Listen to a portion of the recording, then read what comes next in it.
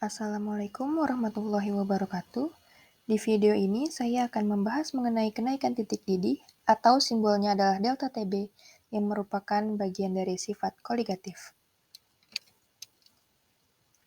Kenaikan titik didih atau simbolnya adalah delta TB yaitu temperature of boiling. Setiap zat cair pada suhu tertentu mempunyai tekanan uap jenuh tertentu dan mempunyai harga yang tetap.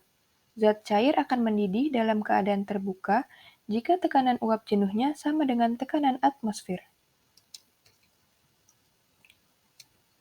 Diberikan gambar pada sebelah kiri adalah pelarut murni. Pelarut murni lebih mudah mendidih, mempunyai tekanan uap sama dengan tekanan atmosfer, yaitu sebesar 1 atm. Di sebelah kanan adalah gambar larutan. Larutan akan lebih sulit mendidih karena ada gaya tarik antara partikel terlarut dengan partikel pelarut. Supaya bisa mendidih, maka temperature harus lebih dinaikkan. Maka dapat disimpulkan bahwa TB lebih besar daripada TB0 dan dapat dirumuskan sebagai delta TB sama dengan TB dikurang TB0.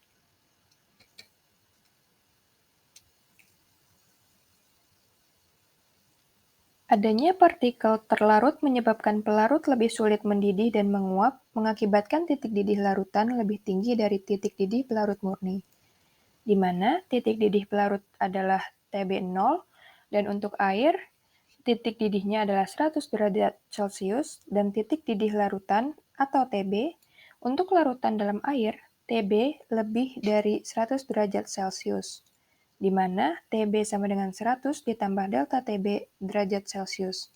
Dengan keterangan, delta TB adalah kenaikan titik didih dengan satuannya adalah derajat Celcius, TB adalah titik didih larutan, dan TB0 adalah titik didih pelarut murni.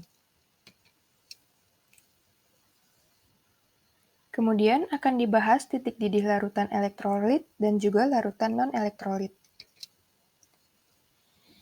Untuk larutan elektrolit, kenaikan titik didih pada larutan elektrolit dinyatakan dengan delta TB sama dengan M dikali KB dikali I, di mana I adalah 1 ditambah N-1 alfa.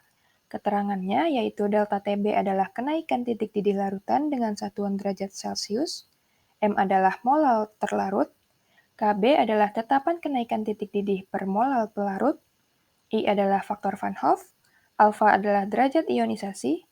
Untuk larutan elektrolit kuat, derajat ionisasinya adalah 1, dan N adalah jumlah ion. Dengan contoh, NaCl menghasilkan Na+ ditambah Cl- di mana Na adalah 1 dan Cl adalah 1, maka jumlah N sama dengan 2. Dan untuk contoh BaCl2 menghasilkan Ba2+ ditambah 2Cl-, di mana Ba adalah 1 dan Cl adalah 2, maka jumlah N sama dengan 3.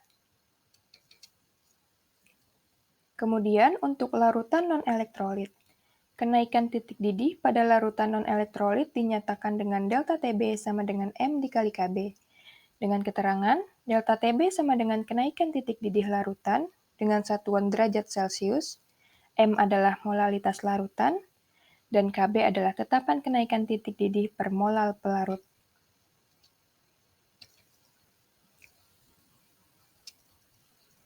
Kemudian, yang terakhir ini adalah gambaran posisi titik didih antara pelarut dengan larutan, di mana titik didih larutan lebih tinggi dibanding titik didih pelarut. Dinyatakan dengan rumus-rumus yang sudah dijabarkan sebelumnya, yaitu TB sama dengan TB0 ditambah delta TB derajat Celcius.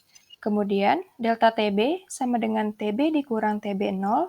Untuk larutan elektrolit, delta TB sama dengan M dikali KB dikali I, di mana I di sini adalah 1 ditambah N-1 alfa, dan larutan non-elektrolit, delta TB sama dengan M dikali KB, dengan catatan KB air adalah 0,52.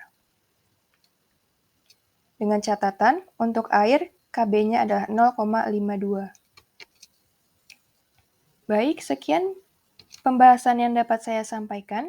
Video presentasi ini dibuat sebagai pemenuhan tugas mata kuliah Kimia Dasar oleh dosen pengampu Ibu Susi Saadah, MSI.